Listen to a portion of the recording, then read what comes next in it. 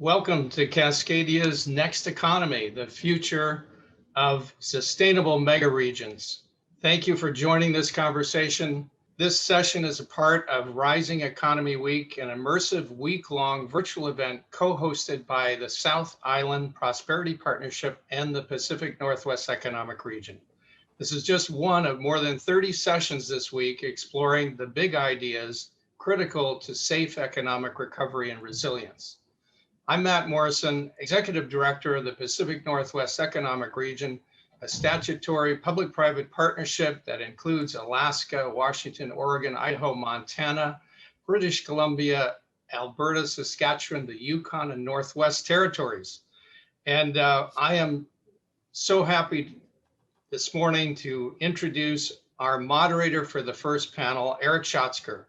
Erik is a New York-based correspondent with Bloomberg TV, focused on high-profile events and interviews, including Bloomberg's Front Row.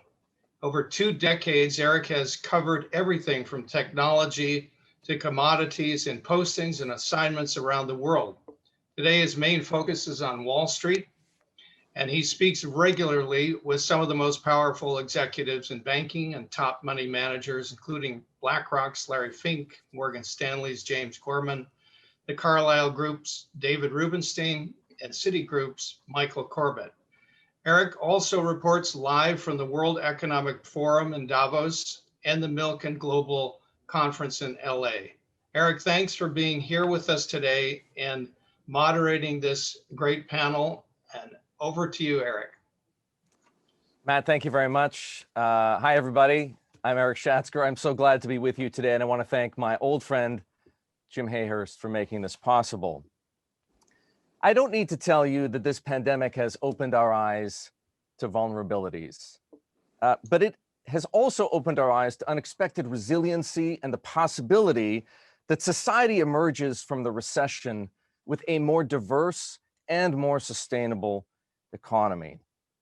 How timely then is Cascadia Vision 2050, an action plan to meet the challenges that lie ahead for the Pacific Northwest? This, folks, is thinking on a grand scale. And to tell you more, I'd like to welcome Governor Christine Gregoire. Many of you know her as the former 2-term governor of Washington State. Today, she is CEO of Challenge Seattle and co-chair of the Cascadia Innovation Corridor. Governor Gregoire. Thanks, Erik. I appreciate very much and welcome everybody. It's a pleasure to join you. If we could put the slides up, I'd like to get started so we can turn to the panelists for comments as soon as possible. Cascadia is co-chaired by myself and Greg Diavanon of the Business Council of British Columbia. And in September, we issued the report that Erik is referring to. How do we create a Cascadia corridor that is actually sustainable?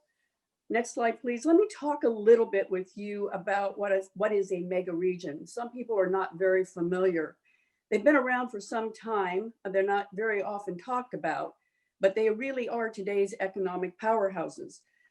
They share a common history, common culture, but most importantly, more often than not, there's tremendous economic linkage. The 11 that are in North America represent about 70% of the total population and jobs, and there are 29 globally. Next slide, please. You will see on this slide where the Cascadia corridor begins and ends. It starts in Vancouver, BC, through Seattle down to Portland, Oregon. And we came together, Greg and I, as co-chairs. We brought with us some top business research community leaders, our leading research institutions, our leading companies, and together we have actually set down a plan of what do we want to accomplish for the future. There's one thing quite different, or a couple things actually different about Cascadia. It crosses an international border, which is not often, but its commonality goes well beyond the things I've articulated. We have so much in common. And one of the things that we have decided is that we want to not only economically prosper, but we want to do good overall and share what good we can achieve through innovative and creative thinking with the rest of the world to solve some of the most difficult problems. Next slide, please. So one of those ideas we came up with is how do we create a sustainable megaregion. No one's ever talked about it. We began that discussion. So the report can be captured in these 4 segments. 1, we know that every megaregion that has economically prospered because of the knowledge-based economy, high quality of life, and high growth has with it unbelievable challenges from those very successes.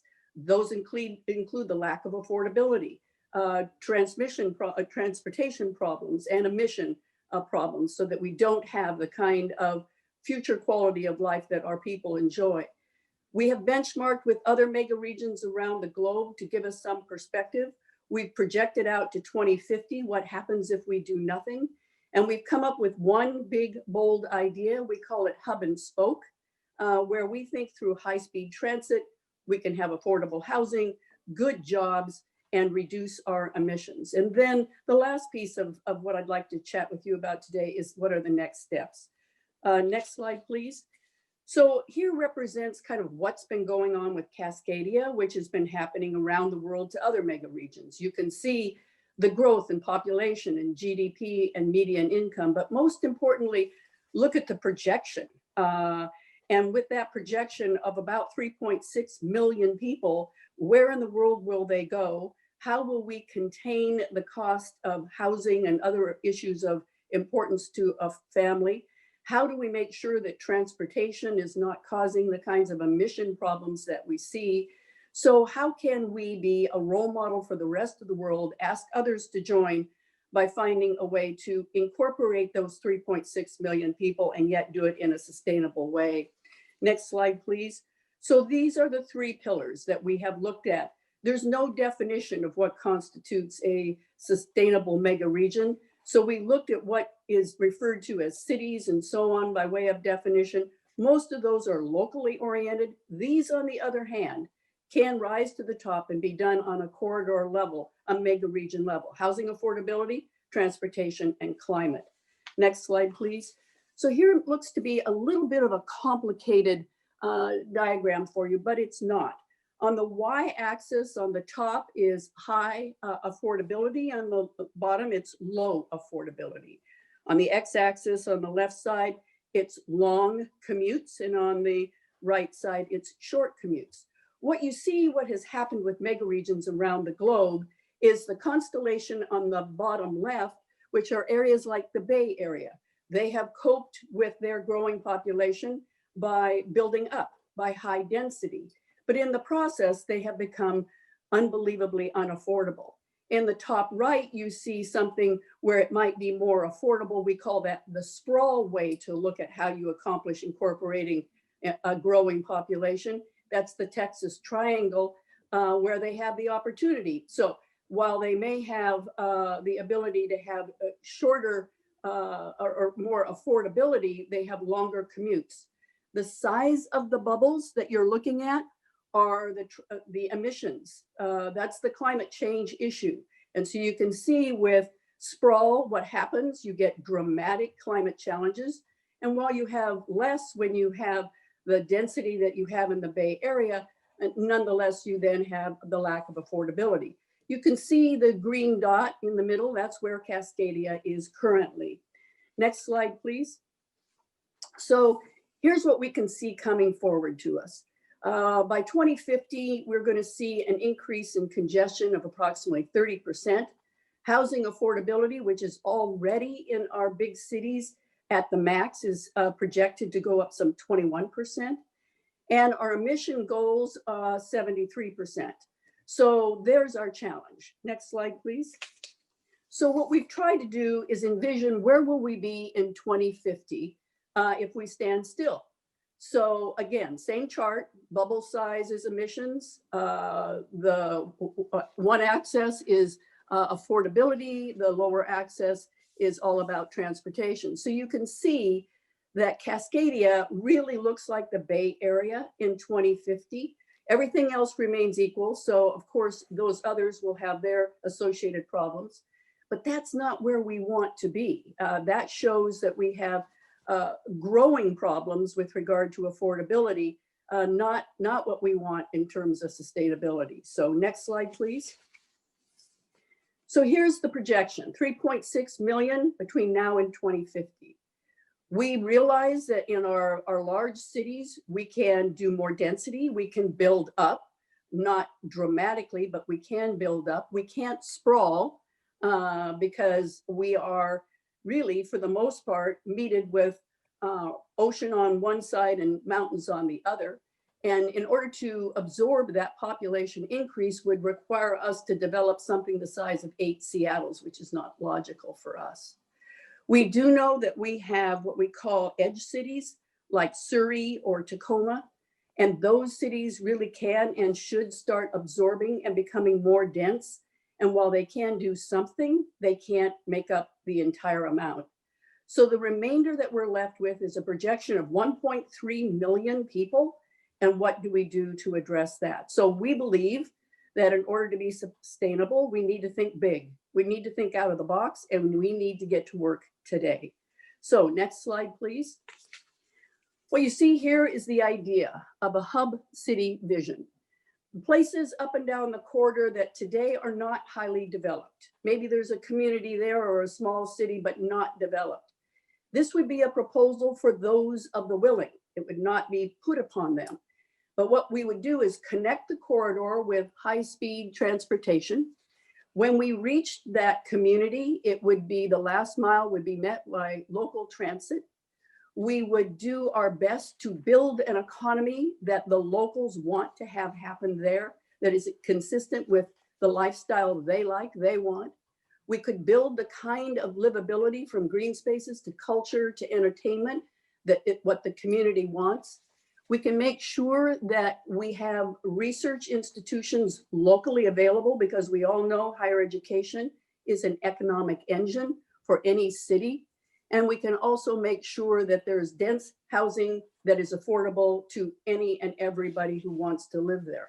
So this is the idea, big and bold, hub cities throughout our mega region. If we could accomplish something like this, we think we could readily take that gap of 1.3 million. We're not the first to think of this. It is going on around the world in other places, so there are models. But we want to start with a conversation with our local communities. So next slide, please. If we were able to accomplish what we just referred to, you can see where Cascadia 2050 could be. It could be affordable. It could be dealing with transportation. It would be dealing with climate. It would be a sustainable mega region, a model for the rest of the world, and hopeful that others would join us in our mission. And the last slide, please. So what's the path to success? We need to make sure that we're looking at the high-speed transportation to connect the corridor. We need to make sure that we are using our cities that are close to the larger cities as best we can, and density around transit stops in the larger cities. But in the end, we need to begin the dialogue of talking with our legislative bodies and our communities about not waiting too long, like some would say we already did, hence the problems that we have, but thinking outside the box, big and bold. If not this idea, what idea? But here is a idea that is worth looking at and starting the conversation, but it's time for us to unite as a corridor and act now. With that, Erik, I'll stop because I know we want to get to the panel. But that's what our 2050 vision for this sustainable corridor could be. Thank you. Governor, thank you very much. We now have the critical context for our panel discussion. Before I introduce our panelists, a few notes for our attendees. Folks, I'd love to weave in your questions. You can submit one anonymously if you prefer by clicking on the Q&A button on your Zoom window. The production team is going to be monitoring the chat and alert me to incoming questions. As I say, I will do my best to weave them in. We encourage you folks to engage with us and with each other on social media. Please use the hashtag Rising Economy Week 2020. So let's welcome the other panelists. Governor Gregoire has been kind enough to stay with us. Thank you. Joining us as well is Greg Davignon. He is her fellow co-chair of the Cascadia Innovation Corridor. Greg is also the CEO of the Business Council of British Columbia. Dr. Gerri Sinclair is BC's Innovation Commissioner and a venture capitalist who previously ran a $100 million technology fund. Emily de Rosenroll is CEO of Victoria's South Island Prosperity Partnership and a longtime leader of economic development initiatives. And Min Lee is market manager for Washington and Western Canada at Silicon Valley Bank, a role in which he's deeply involved in the entrepreneurial and venture capital communities. Welcome, panelists. Great to see all of you.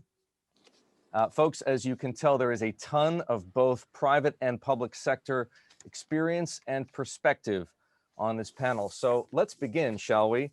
I want to quote Richard Florida. He is one of the world's top experts on urban development, happens to be a professor at the Rotman School at the University of Toronto. He has called Cascadia the world's first self-aware megaregion. Gerri, I'd like to start with you, drawing on your experience both as an investor and in government. Help us understand a little bit. What does that mean? What does Richard mean by self-aware megaregion? That's a really interesting question. And to me, it actually underlines the challenge we have in Cascadia. For instance, let me use an example about self-awareness, because self-awareness is great, but it's not enough. I'm very self-aware that I need to lose weight, for instance, that I put on a lot of COVID pounds. I'm incredibly self-aware when I try to put on the clothes I was wearing pre-COVID.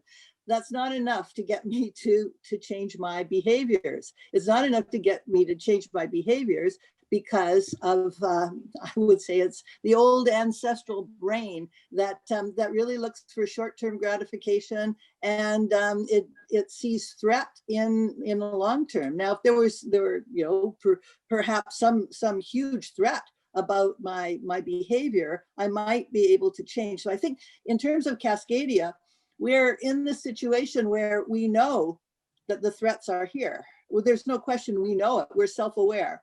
The fact is, what is the impetus for us to actually feel this threat and change our behaviors so that we can confront them?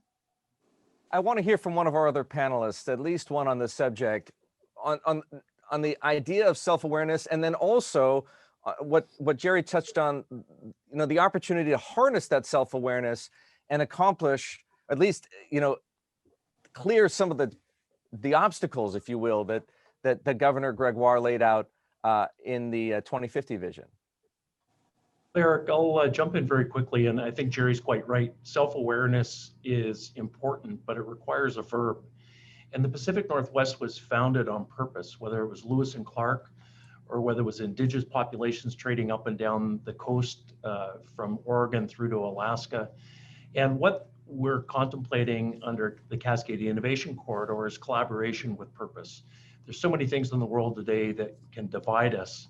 And as Chris and I talk about regularly, we share the same ethos. A lot of environmental movements started right here in the Pacific Northwest. We care about the environment and the culture that we have. And as the governor reminds me, we even laugh at the same kind of jokes. But the context of all of that is that we have a unique opportunity, given the strengths of global technology, the strengths of global climate, the heterogeneity of our population, that we really can set an example for the world purposely through collaboration with an outcome that ultimately creates good, but also creates opportunity and solutions to the biggest problems in the world. And that's really what's on offer, I think, with all of us on this call today, but frankly, the millions and millions of people that are going to come into this marketplace in the next 30 to 40 years. I mean, maybe just one more thing to add on the self-awareness piece is my read on it is very much that, like, I think folks here locally realize how much opportunity there is in the Cascadia region, that we're a leader in cloud computing, that we're a leader in quantum computing, that we're a hub and leader in life sciences. And I think one of the things that maybe we don't do as good a job as some of the other big regions is marketing that and being able to share the story across the country, across the world. I don't think everybody recognizes that AWS and Azure, two of the largest cloud computing companies in the world, are based in the Cascadia region. It's those kinds of things that I think we need to do a little bit better job of to help folks recognize the talent here. Min, I have to imagine that in your role, you've traveled extensively throughout the Pacific Northwest. Why does it make sense to think of Portland, the Seattle Puget Sound area, and Vancouver as parts of an interconnected network, as opposed to just discrete cities in a couple of states and a province? Yeah, it's a good question. I mean, certainly as an organization for us, we're deeply involved in the tech ecosystem, trying to help entrepreneurs really, accelerate success. And a big part of that is helping folks access talent and capital.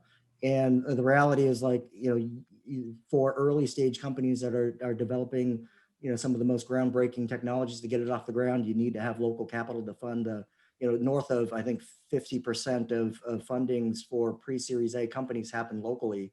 And, quite frankly, if you think about some of the smaller regions like Portland versus Seattle, we have more local funds and more, kind of high net worth individuals willing to fund those opportunities. And, one, like Seattle doesn't have enough companies to support some of the, the capital sources that are here locally, but two, like certainly the companies in Portland, maybe even Vancouver, don't have enough local capital to get those ideas off the ground. So, connecting the, the three different regions together to make sure that we can, use our capital sources and our talent sources together to optimize the region makes a lot of sense. In fact, we just 3 weeks ago announced a new hire in Vancouver, where we launched our Vancouver office. Woman by the name of Katerina Papadakis is running our office. And so now we have, a senior person within the bank that's in Vancouver, one that's in Seattle, and one that's in Portland, all of which work together to help grow the Cascadia region. Who else wants to jump in on this? For some, and I want to acknowledge that for some people, the argument in favor of a mega region is self-evident. But for many other people, it isn't. So help to define the need for these three centers and the communities around them to identify themselves as a mega region, if not only for planning purposes, for what other reasons? So Erik, we talk a lot about how we can come together economically, and I think Min made a really good case for that. But if I wanted to tell the average citizen up and down the corridor why it's important, interestingly enough, we have found that BC has one of the leading cancer research centers. So does Washington State. So does Oregon. And interestingly, they each complement each other. They are not duplicative. They have come together. They've set a goal, which is absolutely achievable. They will be able to give us cures to some forms of cancer in the very near future. That's what happens when we come together. Another example, we are all now plagued by climate change and the resulting forest fires. We have discovered that we have one of the best forestry departments at a university in each of our three universities. They've come together. They're working together now on urban smoke and how do we solve that problem? So it's economic, very clearly. We can train a workforce that can go anywhere in the corridor, but we can also tackle some of these most challenging issues facing us, from healthcare to our quality of life. And by coming together, we can find solutions and share with the world. Yeah, I would jump in and completely support the view of what are the kinds of things that pull us together. Innovation is based on collaboration. And collaboration works when there's a common interest that actually is greater than the self-interest. And for us in this region, on both sides of the border, we know that neither a virus nor wildfire smoke respects the border. And certainly we can come together around mitigations for actual threats, perceived threats that we see. And I think that's been one of the major issues is getting together around common initiatives for the common good.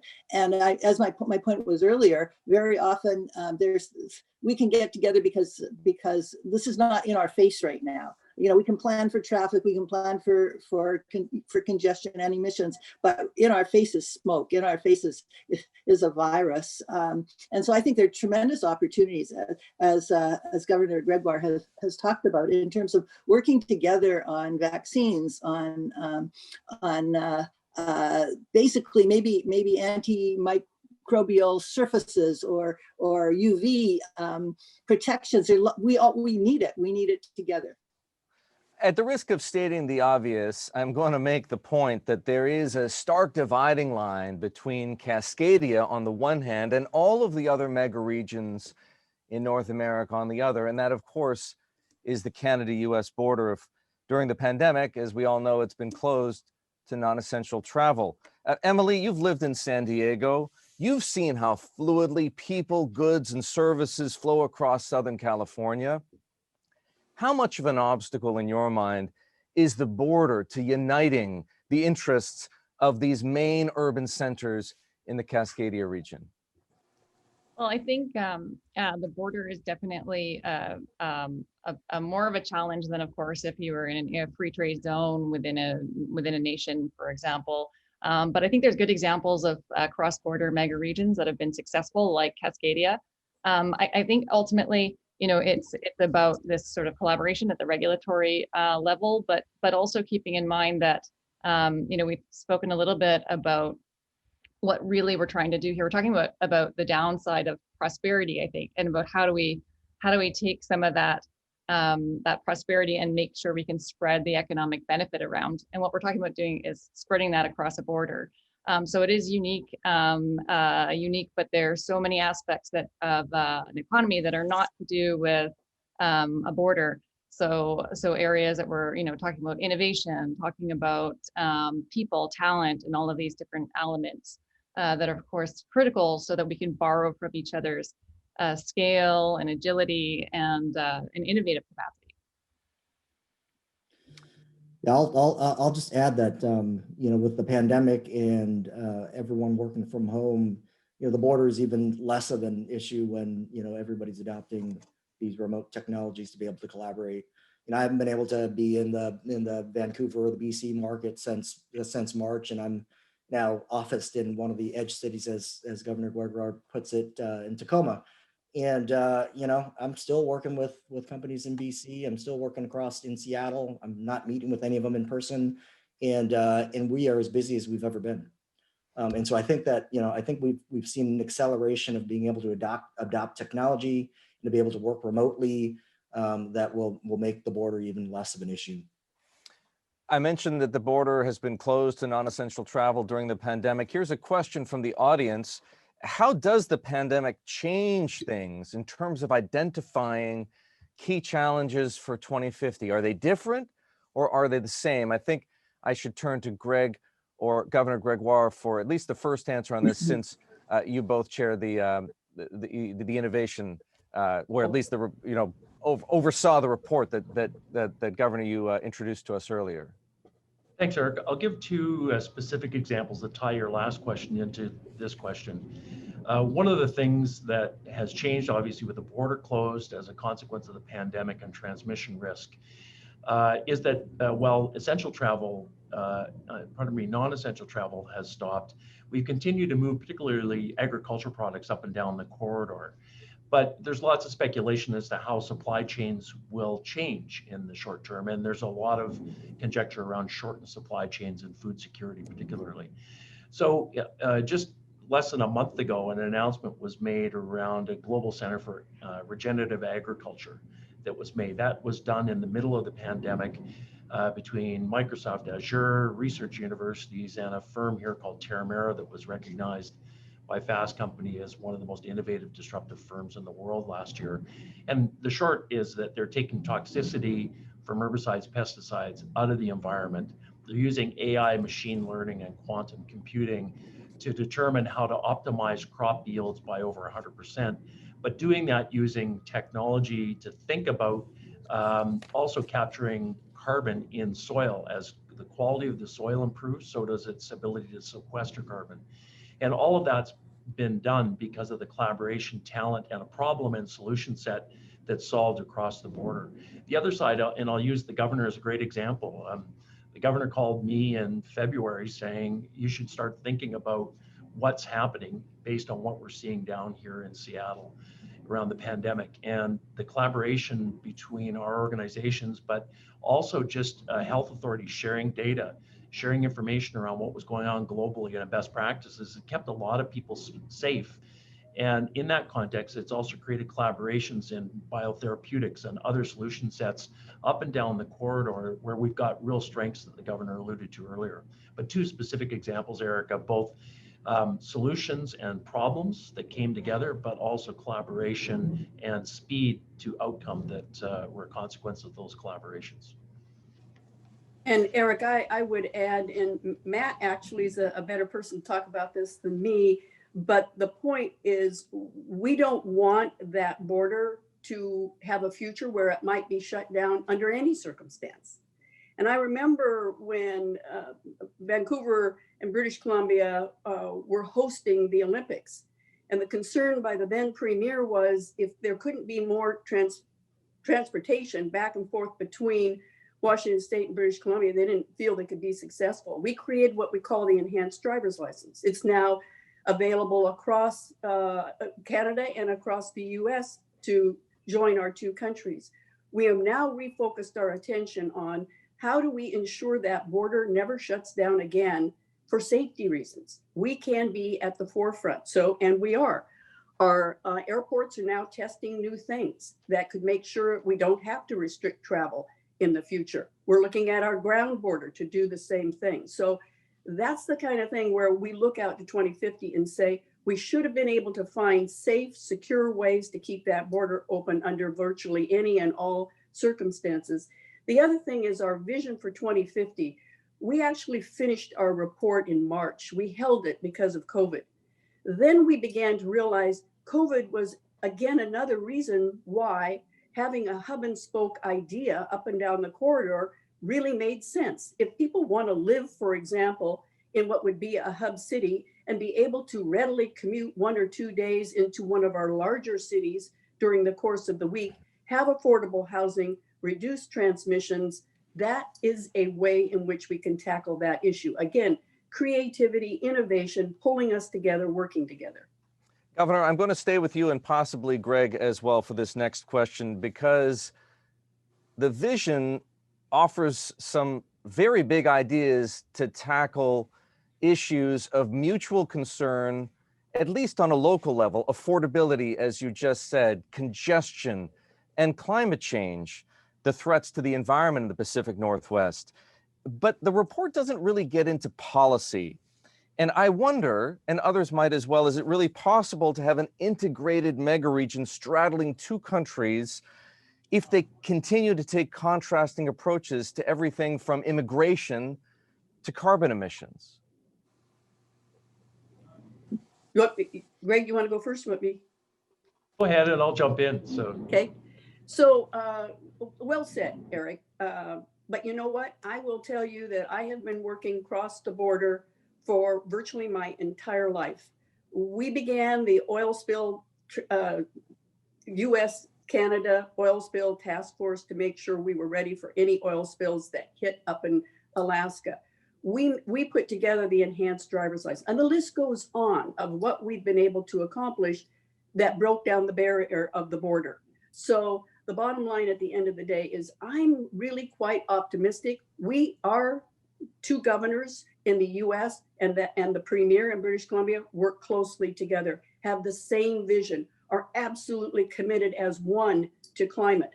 And we are now adding that to our agenda to make sure we're at the forefront with respect to that. So bottom line is I actually think now if we bring our respective legislative bodies together around this report, begin the dialogue, invite the conversation, think big and bold outside the box, rather than waiting till the crisis is upon us, that will cement this corridor as a 1 rather than 3.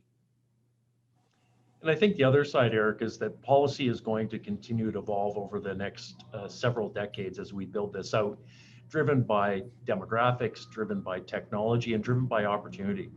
And one of the things that we have, as all of the panelists have talked about, is we've got a real commitment of strength of collaboration, but also some important substrates that are really important. We've got a track record of working together where a lot of firsts have happened up and down the corridor that have been translated in North America. Secondly, is we have some real strengths, as we talked about, in quantum, in AI, in cloud computing, in genomics, There's a significant presence in clean tech. And so those solution sets are going to be driven by opportunity. And I know in our case, Premier Horgan and Governor Inslee have worked very close together around thinking about particularly the climate aspect of it. And I suspect that policy is going to drive it. One of the questions I saw was the risk around a mega thrust earthquake and emergency preparedness.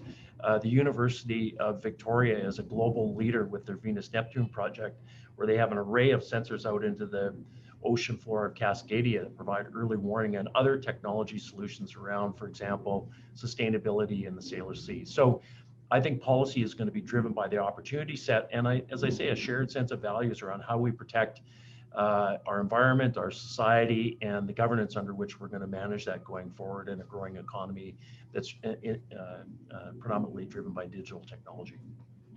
And while I have you both, anything in particular, excuse me, that you'd like to see out of the Biden administration that would add something of a tailwind to what you've laid out in this report?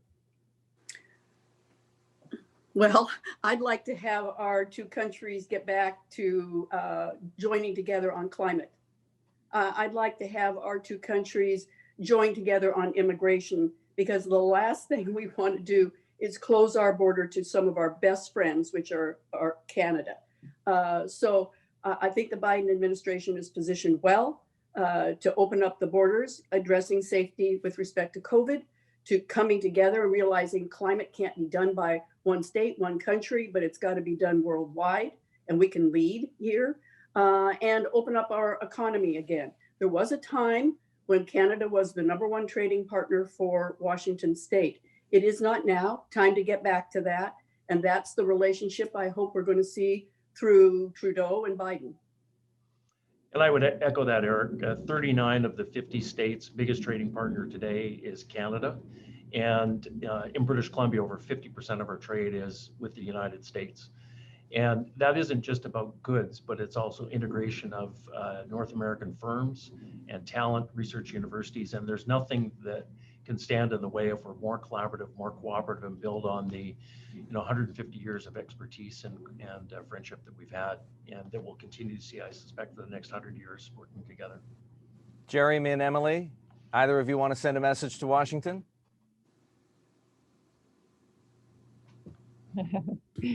Gerri's saying I can't. There's no.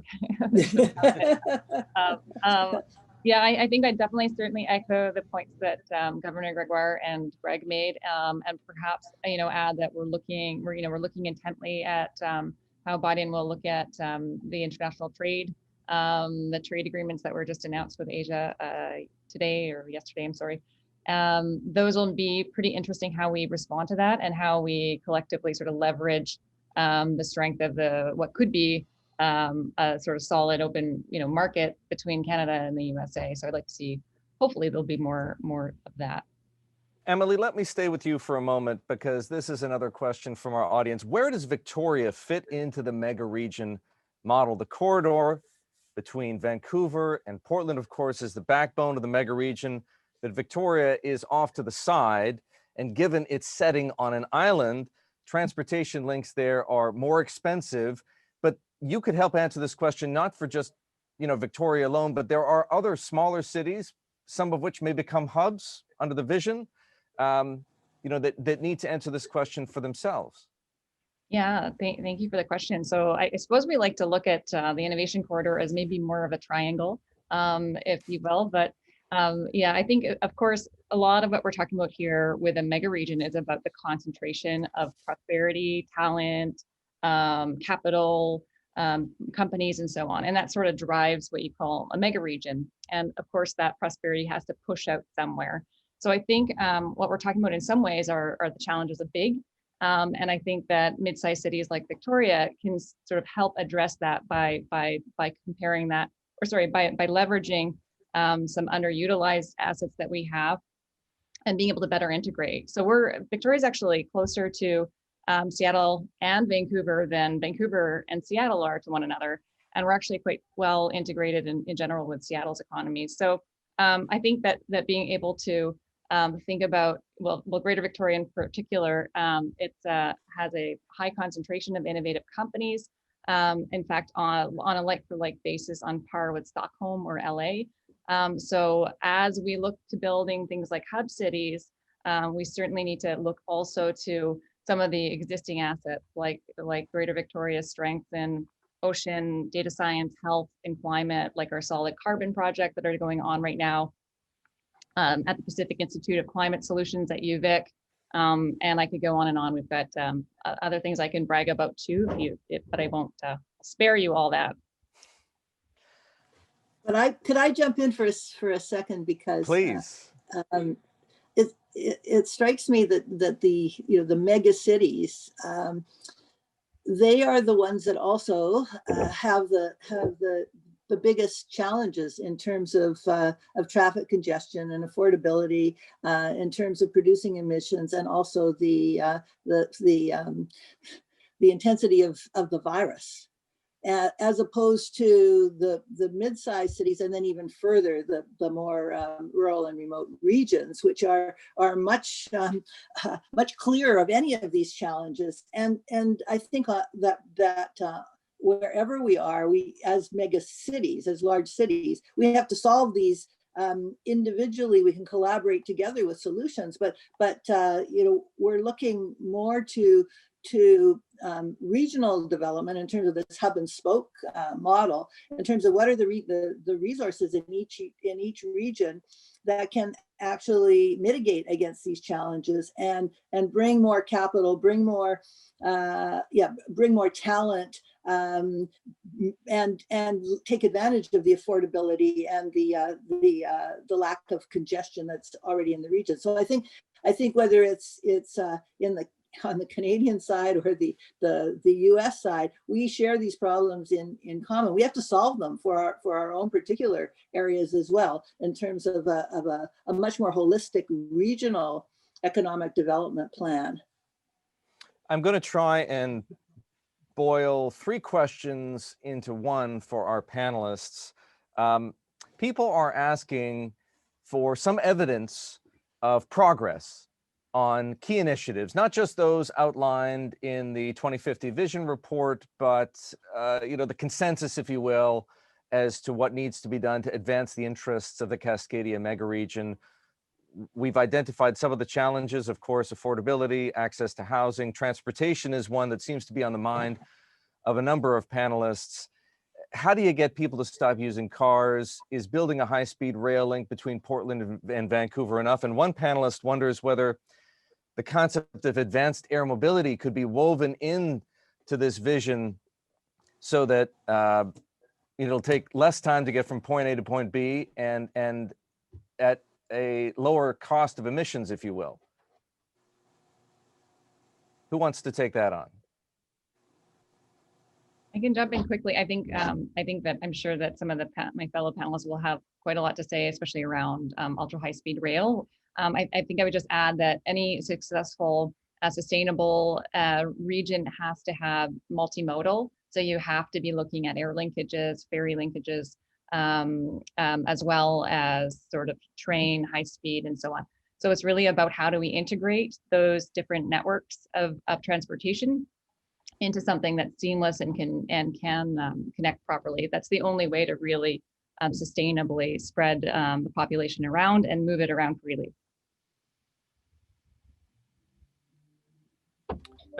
I think, Erik, that's a big ball of string to talk about, which is really what's the vision and what's the opportunity. And the governor and I said, I think about 18 months ago, we've hit critical mass. We've now got hundreds of people that are vectored into the conversation around key areas around life sciences, around sustainability and climate, around taking technology as a horizontal and applying it to some of the biggest challenges we have. And then the substrate of that, as we've talked about today, and the report bears witness of that, is a very robust group looking at the connection of affordability, transportation, and connectivity, which is also people and ideas and capital, but also data. And we touched on, the governor touched on earlier, the Cascadia Data Alliance that was just announced about a week ago, which is bringing together some of the top cancer research facilities in the world, looking at infectious disease and cancer and combining data, given the unique heterogeneity of the populations. but also using the strengths that Min talked about in terms of cloud computing and quantum and biochemistry to look at what are the solution sets of new firms that are going to scale. As a consequence, can't do it themselves, but the complementarity around things like immunotherapy and cancer and other disease modes are all in place there. One of the big ideas that has been talked about around the edges is the notion of building a digital twin. As we build out these spaces, how do we stack data and think about using information to really have focused plans? But the flip side of that, we're also talking about people. So as the governor said in the plan, it's reaching down into local communities and saying, what kind of quality of life do you want? How can we help facilitate that? You tell us, and we can help to build that planning around where the opportunity is for you and your family, but also for the region as a smart region overall. We talk about smart cities, but let's inform a smart region as we move forward. And Eric, the only thing I would add to that is when we talk about the common look is high-speed rail, but we are not settled on that. We are open to high-speed transportation of whatever nature.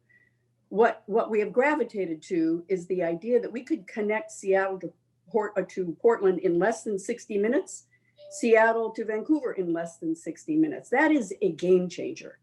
But we have also been talking with members of the United States Congress about whether there are other alternatives, because we would look for federal funding, and they are open, absolutely open to it.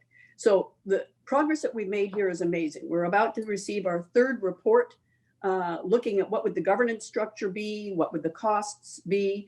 We've got contributions from both states and British Columbia and the private sector, most particularly Microsoft. So everybody's coming together around this, but this is not totally decided yet. We're looking to see advancements.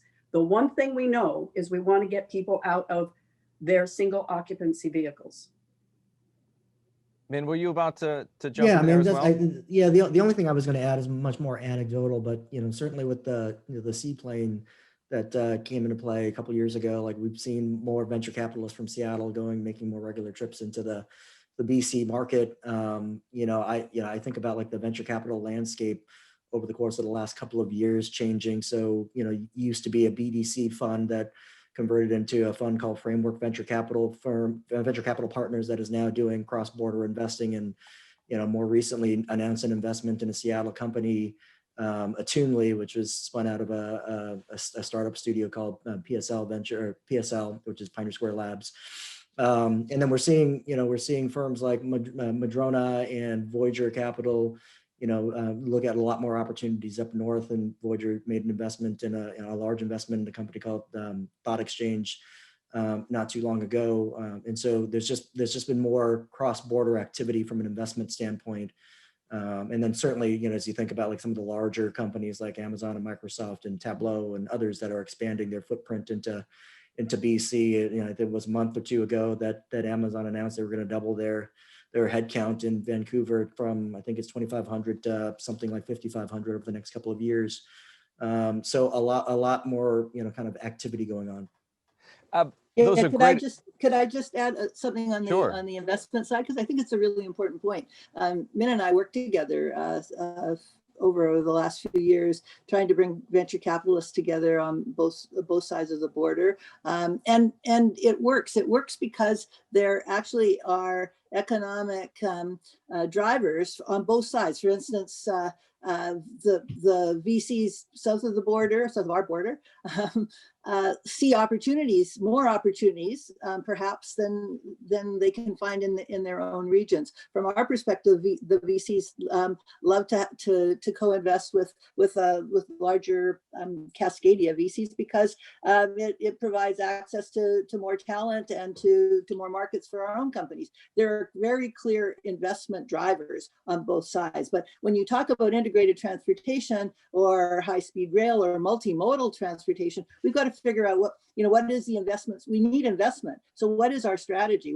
How are we going to get investment? How can we show economic rewards, return on investment? And I think that's the big question. It's easier to do it with venture capital.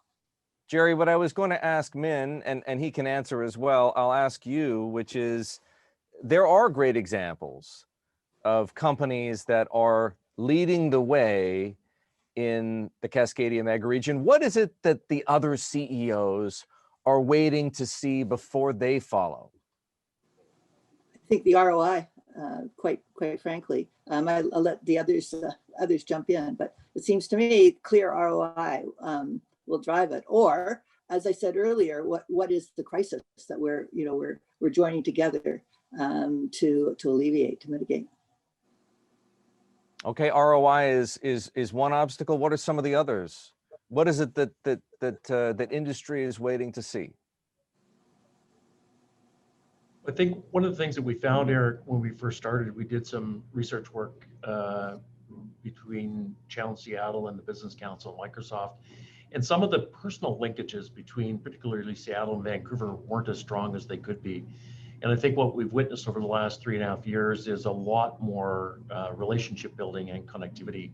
And Gerri and Min have just talked about it because they've planted a flag, but there's also that transaction and opportunity set that's opening up. The other side, to Gerri's point, there needs to be a return on investment, but there also needs to be an opportunity, particularly in the British Columbia sense, to scale businesses.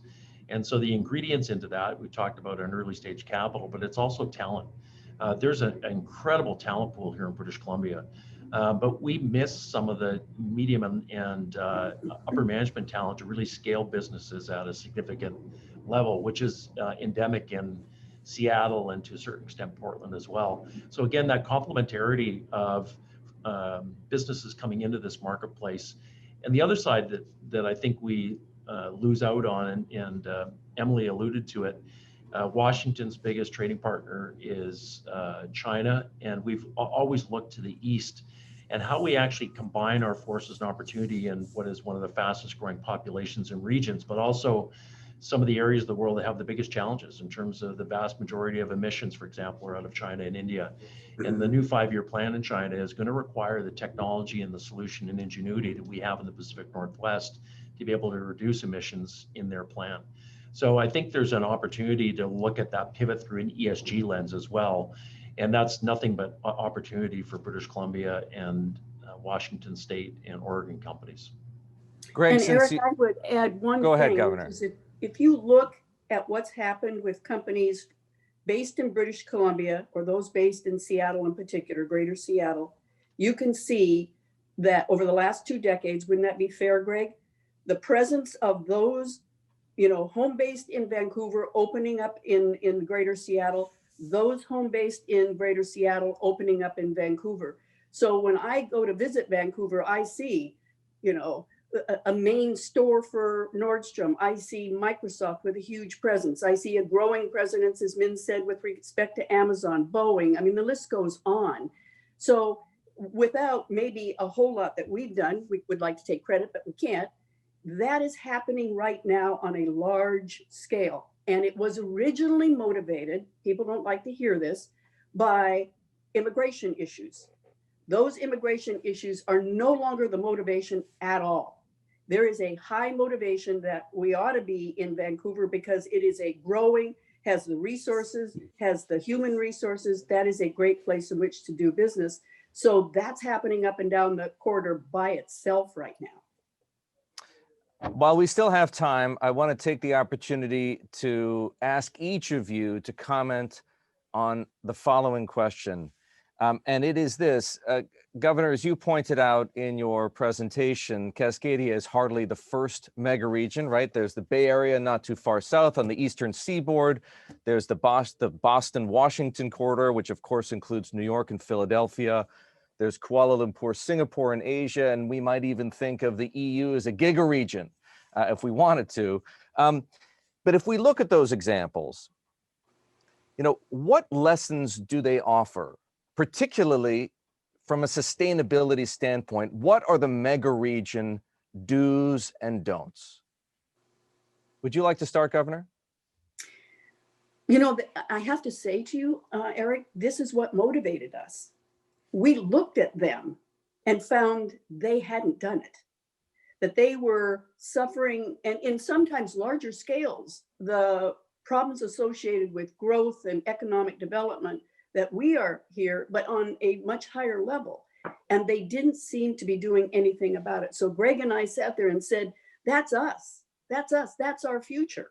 Unless and until we do something that probably we're best equipped to do because of how we value quality of life and the environment and so on, to create a mega region and share how we did it and what it resulted in with the rest so they can join in the effort. So being very brief to let the others talk, their failure, quite frankly, is the lesson that brought us to we have to do this if we don't want to end up with greater problems than what we're confronting right now. I think, Erik, the one thing I've learned from COVID is that we are very vulnerable. And the consequence of people pivoting quickly is you can live and work anywhere in the world now. And why wouldn't you want to live in an area to create change and create new companies that are going to solve big problems in a way that the lens that I think is the opportunity set in this region is quite unique. And so we've got quality healthcare, quality environment, and we can build out quality affordability and opportunity. And that's really the differentiator in the region. Gerri, as you look around the world at other mega regions, what serves to you as inspiration and what serves to you as a warning sign? I'm not an expert on, unlike most of the other people on this panel, I'm certainly not an expert in mega regions, but what strikes me is the organic coming together and growth around either factors of geography or factors of the economy, and then growing, taking advantage of that dynamism. I'm not sure if it's possible to decree a mega region and say, you know, wave your magic wand and say there shall be one. As a matter of fact, I'm sure you can. But on the other hand, the self-awareness that we talked about earlier and the amount of planning, hats off to Governor Gregoire and Greg and the others who've been working on this. The amount of planning and preparedness that has already gone into this creation is I think will hold us in great stead. So we need organic growth, we need planning, we need the spark that will bring all of these diverse pieces together. I think we're getting there. What strikes me is that, you know, the Cascadia region already has a reputation for being the greenest and the cleanest, and we can come together around that particular mantra of greenest, cleanest, smartest, most together in the world. Min, what about you? Yeah, I mean, I'll echo what Gerri said and credit the work that Governor Gregoire and Greg are doing around the planning. But concerns I have that are in the report are things around traffic and things around environmental issues.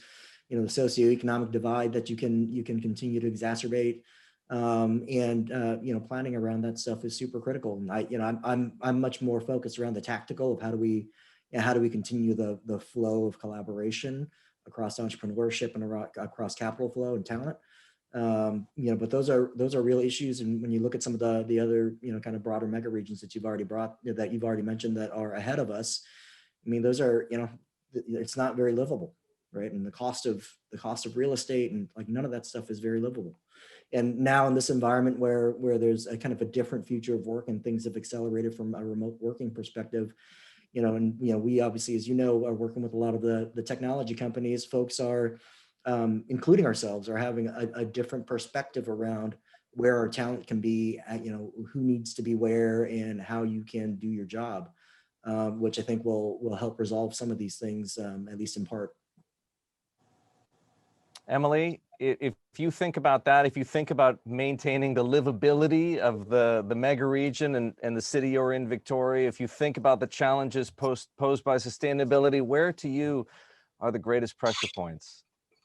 Yeah, I mean, I think that's a question that's at the heart of all of this, and I think that's the sort of the defining question of our time is how do we take so much good, so much creativity, ingenuity, and prosperity, and then how do we make sure that growth continues on a track that is sustainable and that is inclusive, and that of course, and Min just mentioned here, the inequity that prosperity, the concentration of prosperity creates is one of the underlying issues, and that's creating congestion and pollution and affordability crises. So I think it's about Kudos to Governor Gregoire and Greg for tackling this really critical work. It's about how do we look at this growth and then proactively and deliberately, and to Gerri's point, what's our audacious goal to becoming a sort of the mega region that is actually truly sustainable, to be able to spread out those benefits in a way that's sustainable and maintains livability. Well, panelists, on behalf of Rising Economy Week 2020 and our audience, I'd like to thank you all very much. And I encourage everybody who hasn't to read the Cascadia Vision 2050 report to get further context for what you've heard today. And as we move forward in the program, just a few programming notes. In lieu of gifts, we'll be supporting local businesses through Support Local BC.